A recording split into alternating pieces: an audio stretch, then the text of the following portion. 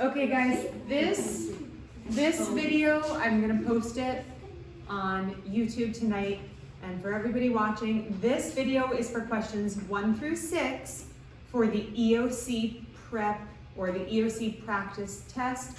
This is 1 through 6 where we are gonna just go through all of my guided notes and understand what I'm actually saying when I make these notes. So here we go. Number 1 gives you an expression, radical 135 over radical 5. Then they ask you to match it with the equivalent expression. They give you 4 expressions and they want you to say which one of these is exactly the same thing as this. They all look quite different from this, but one of them, and obviously this is the answer key so you can see, one of them has the exact same value. So how do we go from this to this? Let's take a look. When you have a radical in the numerator over a radical in the denominator, you can actually write, Abby, you gotta pay attention, okay? You can actually write that division problem inside of a big radical house. If both the numerator and the denominator are radicals and there are no free birds, then you can simply write it as a fraction, which is a division problem, inside a radical house. Once you do that, you realize, oh, well, I can divide 135 by 5. You just get out your calculator and it's really easy. You just push in 135 divided by 5 and you get 27. Since that's in a radical house, the 27 must stay in the radical house. Does that make sense?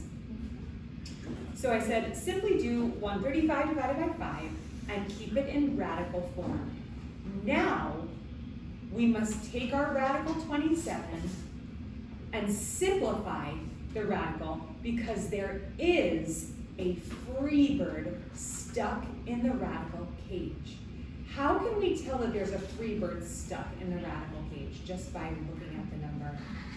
It's kind of a trick question when I'm asking. Wait, what's the question? The question is, when you look at a radical, how do you figure out if there is a free bird stuck in the cage? Yeah. Because it goes into 3 and 9. Yeah, because once you take a look at this number and you start thinking about its factors, you can go, hey, wait, I know the factors of 27. And if you think of the 2 factors of 27, 9 and 3, 9 is a perfect square. It has a whole number square root. That means there's a free bird stuck in this radical cage. Does that make sense? Or no? Are you just not really like taking it in? Okay, hold on. Okay. No, I'm looking at the fact. Okay, you're looking at this? Yes. Okay. And when it has the 9 and the 3 and the radical, Mm-hmm. how come when the 9 wait, so the 9 has a free bird because both 3 and 3 is a perfect square? Yeah, well, 9 is called a perfect square, just like 16, 25, 36, 100, 144, 4, 49, 64, 81, like all of those numbers that have a whole number square root, we call those numbers perfect squares because when you hit that square root button, you get a whole number, no Because decimals. I was wondering why the 3 was circled instead of a radical and the other one. Because this cannot be freed. Despite all its rage, he is still in his radical cage. I think maybe it might help you understand it better if I sing it. Just kidding. Despite all my rage, I'm still in my radical cage. So, and this one's like, I'm free. Free falling. That was actually really Yeah, I'm free. okay? Because radical 9 is like, yo, I don't need to be in this radical cage anymore. Yeah, I'm free. Or should I say, yeah, I'm 3. No, it's It's okay, the cringier your math teacher is, the better you'll remember it on your EOC. You're welcome. Okay, so there are some numbers that you might not like notice that that there are perfect squares in there, and that's okay. Like let's say, I'm gonna find one. Hold on, Can I get more water? let's say the number 120. I'm just gonna take the number 120 for a second. What? Let's say we have radical 120. Now, I can't necessarily think of a perfect square that goes into that.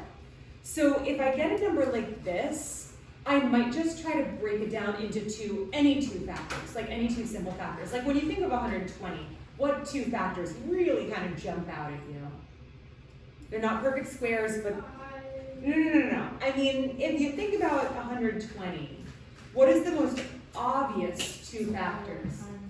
What? 12 times 10, because we know that every number that ends in 0 is divisible by 10, and that would be 12 and 10, right? Do we agree that those are the two easiest factors to jump out at us?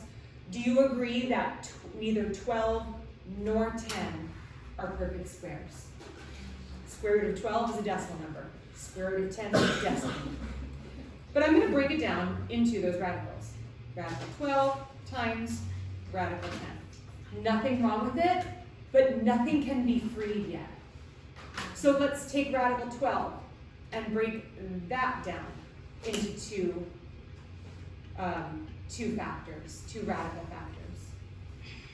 Again, I'm going to not choose perfect squares, just because I want to show you how to work with numbers when you keep breaking them down, but you don't use perfect squares. So tell me two factors of 12 that do not involve perfect squares. 4 is a perfect square, which technically I would want to use that, but I'm just showing you the other way. Like if you accidentally pull other factors, like 1 and 12. Can anybody think 1 and 12? We would just keep breaking down 12 into 1 and 12, and then 1 and 12, and then 1 and 12, and nothing would ever break down. No. Any other two factors of 12? 2 and 6. 2 and 6.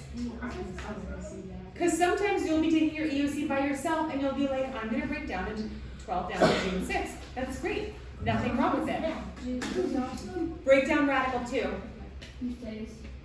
It can. So I'm going to circle it.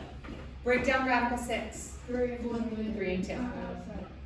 So radical 2 times radical 3 can be broken down, can be broken down. What about radical 10? Radical 5 times radical 2. Now, here's what we have. We have radical 2 times radical 2 times radical 2 times radical 3 times radical 5. I just said that in ascending order from least to greatest. Radical 2 times radical 2 times radical 2 times radical 3 times radical 5. So we don't want to multiply all of these, because if we do, we're going to get radical 120 and we'll be back to the beginning. But we can start pairing up our matching radicals to free them. So I can multiply this pair of matching radicals, and I'll get radical 4, which is 2. So when you pair up the same exact radical, it breaks it free of its radical cage. Now it's free. Free falling. Okay, so I have broken this free, and now it's 2. It's no longer radical 2, it's 2. Now, is there anything I can put together here? No. And 2 times 3 would be radical 6. That wouldn't go down. 2 times 5 would be radical 10. Yeah, it's just not going to break. So what we're going to have to do is go ahead and combine all of them, or not combine, but multiply all of these together. So I'll get radical 2 times radical 3 is radical 6. times radical 5 is radical 30. There are no perfect squares inside radical 30. There's no perfect square factor of radical 30 because none of these matched up, none of them multiplied together to get a perfect square. Therefore, what? How'd you get 30? Wait. 2 times 3 is 6. 6 times 5 is 30. So when I write my radical, I do have to bring together all of my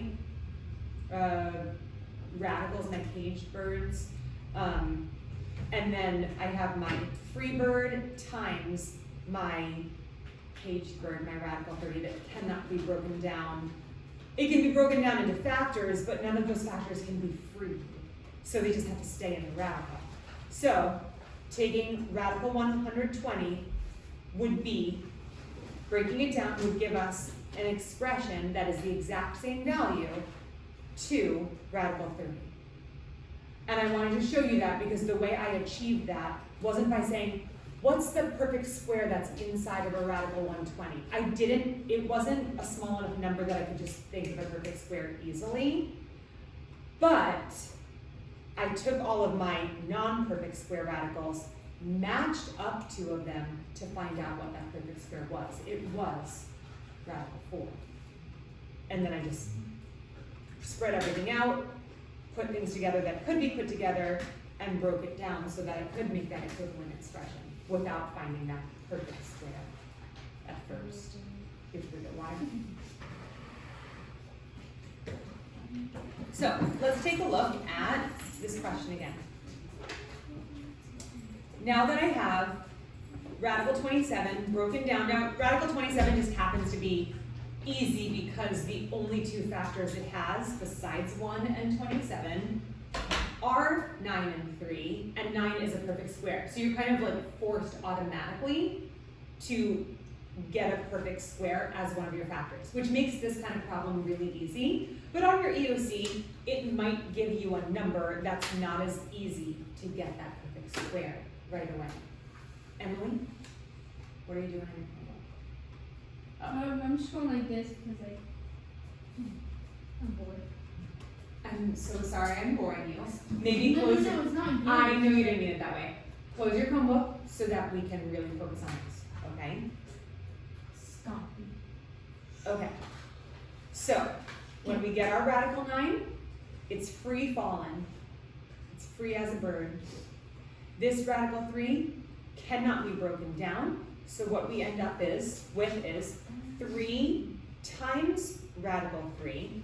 And the way we write that is just 3 radical 3 because this 3 being next to the radical 3 implies multiplication. Just like 4x implies multiplication, 4 times x. Writing them next to each other shows that they are being multiplied. So this can be simplified to this. Any questions on radicals right now? Okay, do you totally understand my notes? Okay, let's look at number 2.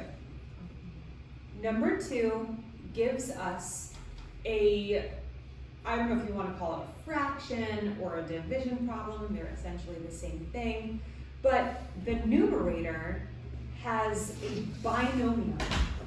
That means that there are 2 terms. Now you might look at this and think, aren't there more than 2 terms? There's a lot written up there. A term can be really, really long. You could literally have 5 A, B, C, D, E, F, G, all the way to X, Y, Z as one term. Multiplication and exponents can be part of the same term. Terms are separated by addition or subtraction. Do you guys understand? So this numerator would simply be considered a binomial because this is a term, 18x cubed y squared, that's one term, and the other term is 9x squared y to the 5th, that's the other term. Do you guys understand how even though this looks like a lot, it's big, it's really only made up of two terms. 1, 2. So do you guys see how that's a binomial?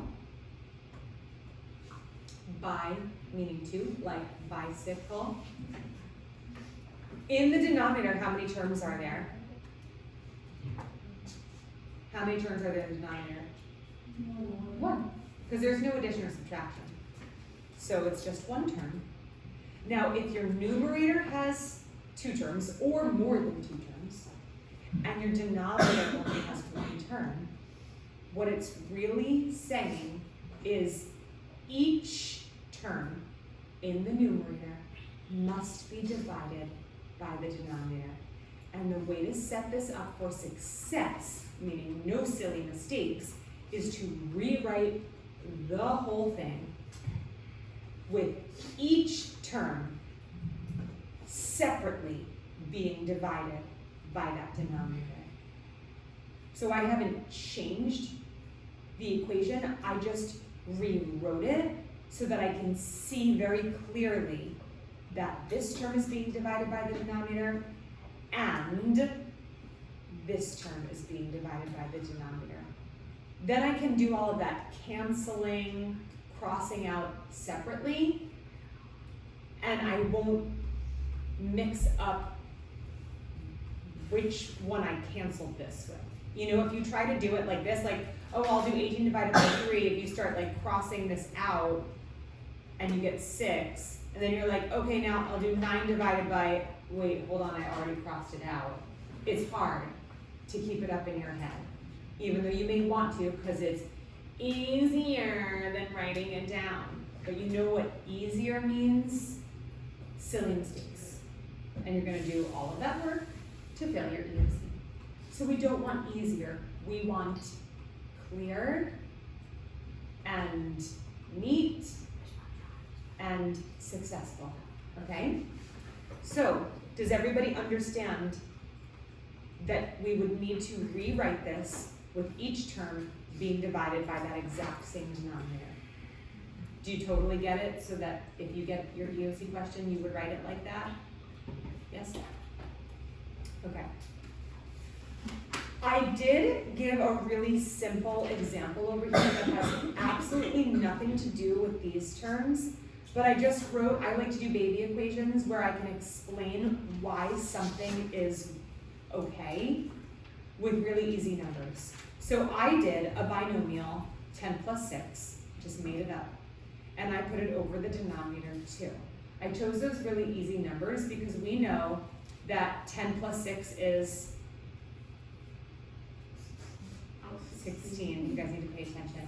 We know that 10 plus 6 is 16. 16 divided by 2 is 8. So we know the answer to this is 8. But I can also show you that if I follow that same rule, where I take one of the terms in the binomial and put it over the denominator, like this, and plus the other term in the binomial and put it over the denominator, 6 over 2, it is the same thing. What's 10 over 2 plus 6 over 2? They're fractions. What's 10 over 2 plus 6 over 2? Emily A., what is it? Did you hear my question? Yeah. Okay, what is it? What's the answer? 8. What is 10 over 2 plus 6 over 2? Oh, 16 over 11. 16 over 2. What I'm trying to do is break something down really tiny, okay? I knew eventually we're gonna get the answer 8, but I wanna break it down. 10 over 2 plus 6 over 2 is 16 over 2. 16 over 2 is 8. So we see how this and this get the exact same answer. Therefore, this and this will get the exact same answer. Do you guys understand how I can prove that this is the same thing as that? Okay. Now, I'll just take this and I can start canceling things out. Did I do that on this page? Oh, on this page, I start going over the rules for exponents. So, eventually we are going to do this problem and cancel and divide. But let's go over our exponent rules. One of the rules we need to know for this problem is when we are dividing same bases, meaning you have a variable in the numerator and the denominator that's the same, and what do you do with those exponents? Subtract them. So a to the fifth over a to the third would be a to the second, right? Why is that okay? A to the second. Because it would be a to the 5 over 3. Let's also remember what happens when you have the same base and the exact same exponent. What happens when it's the same base over the exact same base and exponent? It equals 1. And I can prove that to you by using that same subtraction rule. You take your exponents and subtract them. You get a to the 0 power, and we know that anything to the 0 power is 1. So let's get back to the problem and using those rules. This is the original problem that we broke down and split up the denominator twice. We take 18, divide by 3, and we get 6. X to the third over x squared is what? I feel like you're not taking this in. What's going on? Are you taking it in or not really? Yeah. Can we agree that if you're kind of taking it in, then you're not taking it in? Yes. Okay. But kind of sounded better than, no, I'm just like, I'm not listening to you. I'm looking at you, but I'm not listening. All right, Emily. X to the third over x to the second. What's that?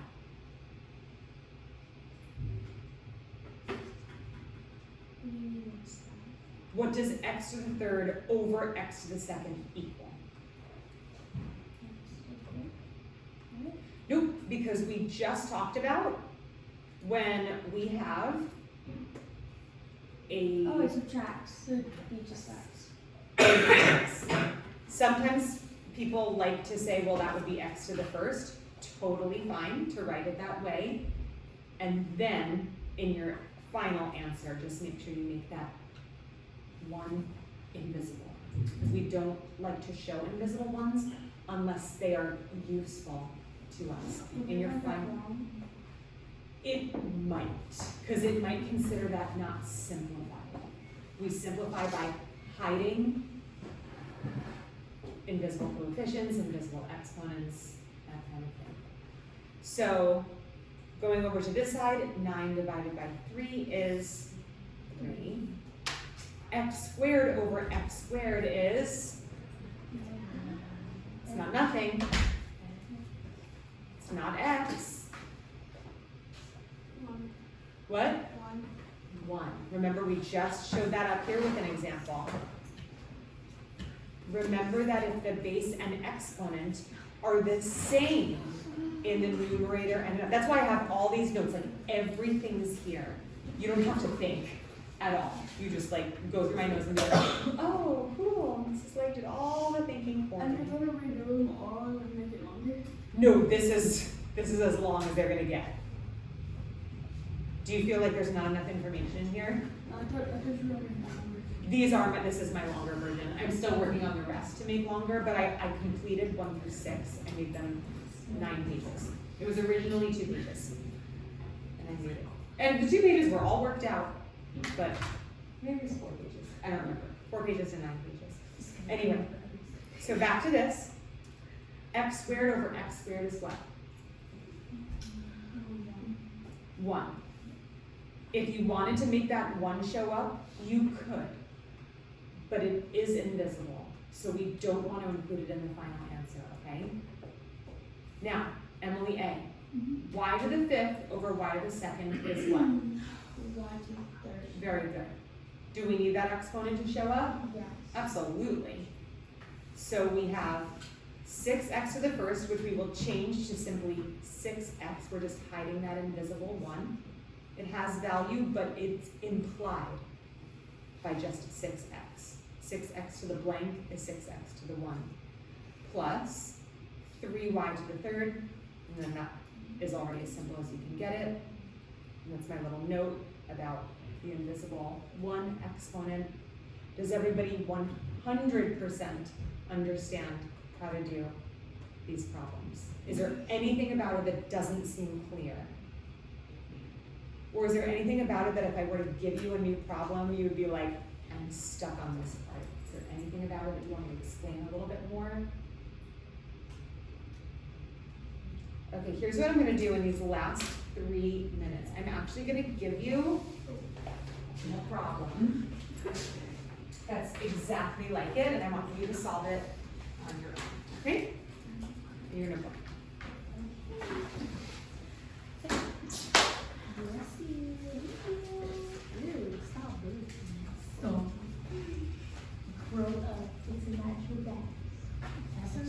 You can exit as soon as you get this problem correct.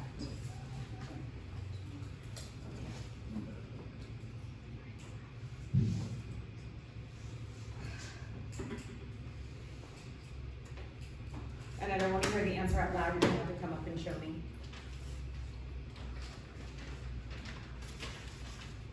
I have 2 more questions on my 20-question homework. Good job. This is not finished. Hmm?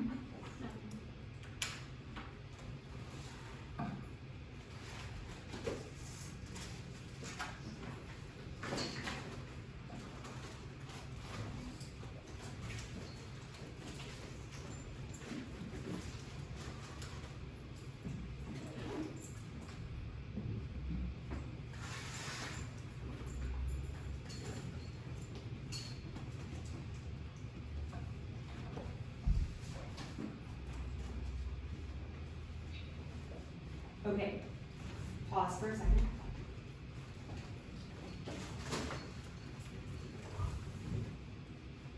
Pause for a second. You keep going.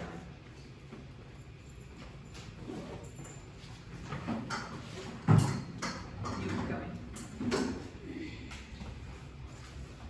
Keep going. Zach, you can go. I'm slow. Keep going. If I said keep going, you can keep solving it. If I said to pause, does anybody know why I asked you to pause? Did I say keep going or pause? Keep going. Okay, keep going. Can you check my phone? Yeah. So I think it was just you and you, I said pause. Why do you think I told you to pause?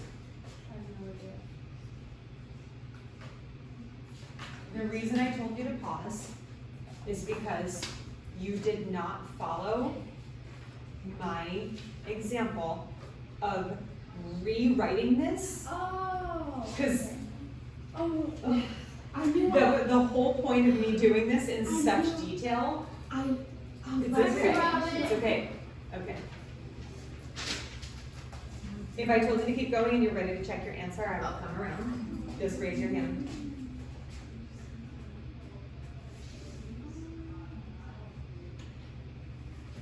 Wait, that's not right. What do you mean? How are you doing? Do I?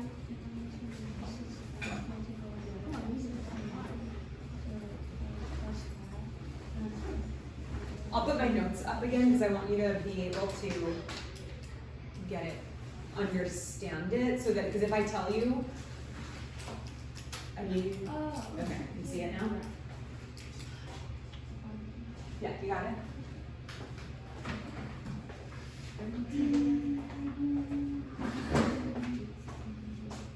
Do I see a negative right there? Yeah, we should keep that. Why is it negative?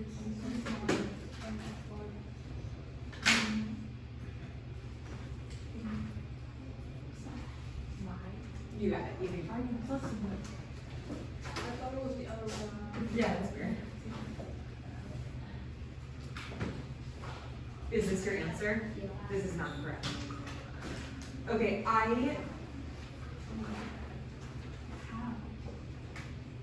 oh, Is this part of your answer too? Yeah. Why don't I see a plus sign here? In between this and this. That's not why it's wrong though. That's part of why it's wrong. This is correct. How did you get an X and a Y here? When something cancels out, the numerator and the denominator cancels itself out, what is the value? 1. One. So I erase these. Yes. And she's 4. Yes. You can go. That's great. Good job, you can go. What?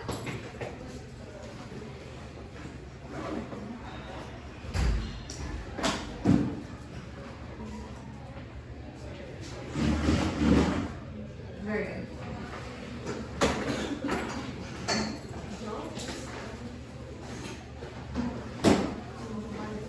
Oh, the final. Angeline, No, I was just already set.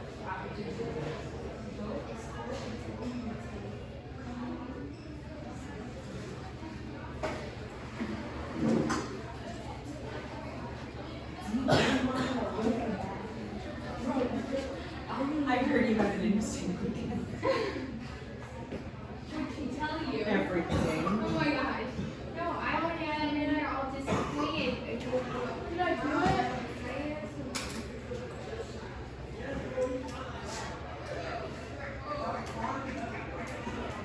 Is that just an X? Okay. Oh, X. Okay. And then this Y does not have an X in it, or not?